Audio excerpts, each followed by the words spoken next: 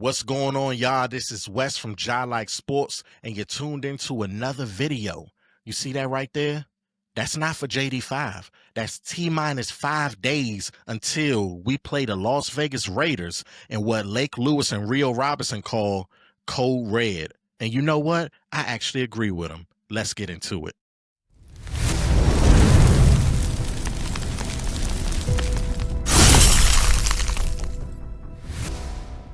Real quick before we get into this video, I want to give y'all a little surprise. Something I've been working on for a minute, an idea that I have had for a while. We talk about these games, we watch these videos, we watch all of the dope YouTubers out here, content creators, talk about our Commanders. What if it was put into a song? Yes. Today is the 17th, tomorrow the 18th, September, Friday. I mixed all that up. September the 18th on a Friday, I'm going to release the first track for this season to recap the season. I'm probably going to do it like every 1 to 2 games. So hopefully you guys be patient with me. And it's a lot of hard work, but because I rock with the squad, I rock with everybody out there, I'm going to do what I can to give y'all this musical journey. I'll just say that. Track 1 from this season, from this project, which I'll release at the end of the season, is coming out tomorrow. Stay tuned. Hopefully you like it. Now, let's get the video started. All right, y'all. Wes, once again, DMV Sports. And, you know, I had to bring the mug out, but this is not coffee. This is what you might get from me if you pull up on me at the tailgate on Sunday. I will be out there for the Raiders game. You know, I just needed to let that be known. We all probably had to take a few sips of something after that debacle Thursday night against the Green Bay Packers, 27-18. 9 points on paper, but 90 points if you watched it with your eyes and used your heart to feel the shed spanking that we got. Packers said, go out and give me a switch. And we brought back the little switch. And then they went and got the bigger switch. And that was all she wrote. All right, so to kick this thing off, we just want to talk about a few guys who suffered some injuries in that last Thursday night Amazon Prime game. Shouts out to Dietrich Wise and Austin Eckler. Unfortunately, they are out for the remainder of the season. Eckler ruptured his Achilles on a non-contact move. He just was out the backfield. He took a little step from the sideline, and that was it. And Dietrich Wise on an extra point, somebody trampled him from the back and his quad was torn. So unfortunately he's out. And then John Bates had an injury and we're expecting maybe 1 to 3 weeks and hopefully he gets back. So prayers up to all 3 of those guys. It sucks, but that's just how football is. It's about how you bounce back. It's about how you overcome the adversity. And there's been a lot of teams that have had major losses and have still been able to bounce back. So next man up, and we're just going to keep it rolling. Other than that, I'm not even going to get into the Packers game anymore. My bro was hitting me up all game, just blowing my phone up, and he don't even watch football. But that game, he watched from beginning to end, just straight. I ain't even gonna show y'all the messages. Matter of fact, I did put it on my story, I think last Friday, but I let him have that one. I let him have it.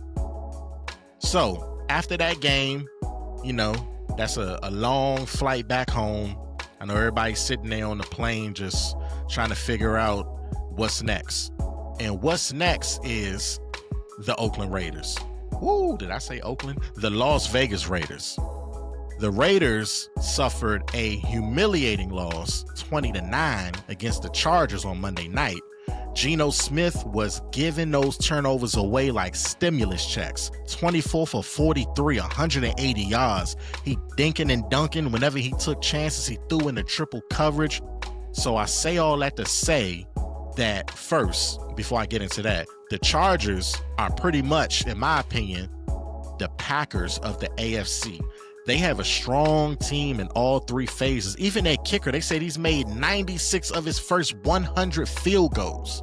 Justin Herbert is looking like an MVP dark horse, and that defense is looking like they always look. Respectable, not super big names. You know, you got James, you got Mac, but they got a lot of guys like the Packers who just go out there and play football. And Jim Harbaugh, everywhere he goes, all the way from before Stanford, I think it was San Jose State or San Diego State, from them all the way to the NFL, back to college, back to the NFL.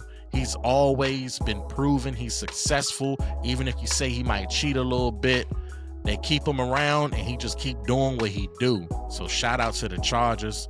Shout out more so to Justin Herbert, because that's my Oregon guy. We're going to get into another Oregon guy who's on the Commanders. 2 of them. We're going to go with Marcus Mariota, who I think should play.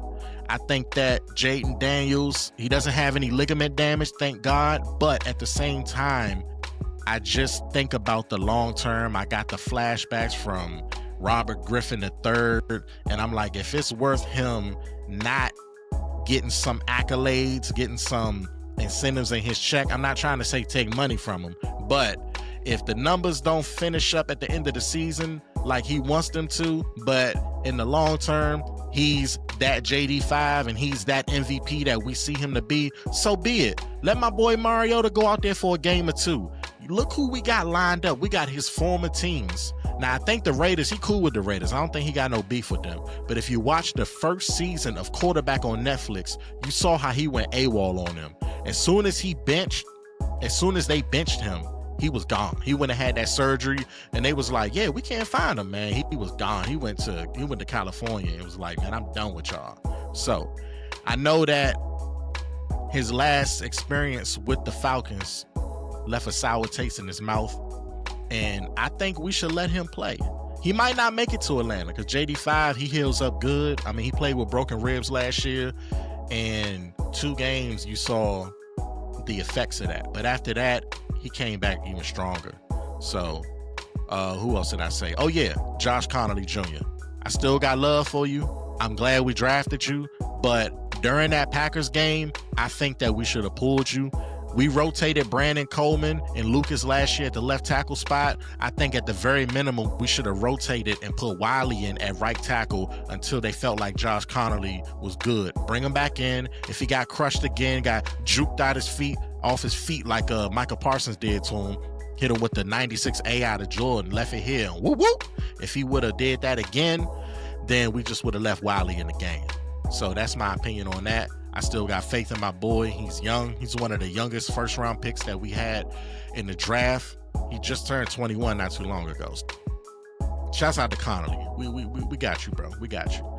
Coaching staff, I think they know what to do. We still got an all-star coaching staff. I don't care what nobody say. And other news, the Commanders worked out and signed. Well, I don't know if they worked out Chase Edmonds, but let's just say they did. They worked out and signed Chase Edmonds and Preston Smith. Chase Edmonds is going to the practice squad, if I'm not mistaken. And Preston Smith, I think, is just coming straight to the starting, not the starting lineup, but coming straight to the roster. He might be inactive for a game. Maybe, I don't know what shape he's in, but we got another veteran on the edge to hopefully replace Dietrich Wise. I think Preston gives a little bit more of the pass rush side than Dietrich Wise, but at the same time, he's a vet. He still wants to play. Let's just see what he can do. We're not signing him for no crazy money, so if it does not pan out, then it is what it is. Like I said, the Chargers beat the Raiders, but the Raiders kind of had like a bend don't break on their defense. If you really look at the defense, I mean, Justin Herbert had 8 incompletions, but no interceptions. That's a really good game. But if you really look at, Justin Herbert actually had the most carries on the team. He scrambled 9 times for 31 yards. Najee Harris, nobody averaged over 4 yards. Quentin Johnson had a good touchdown. He had a 60-yard bomb. So their run defense actually might be solid, and we might struggle a little bit.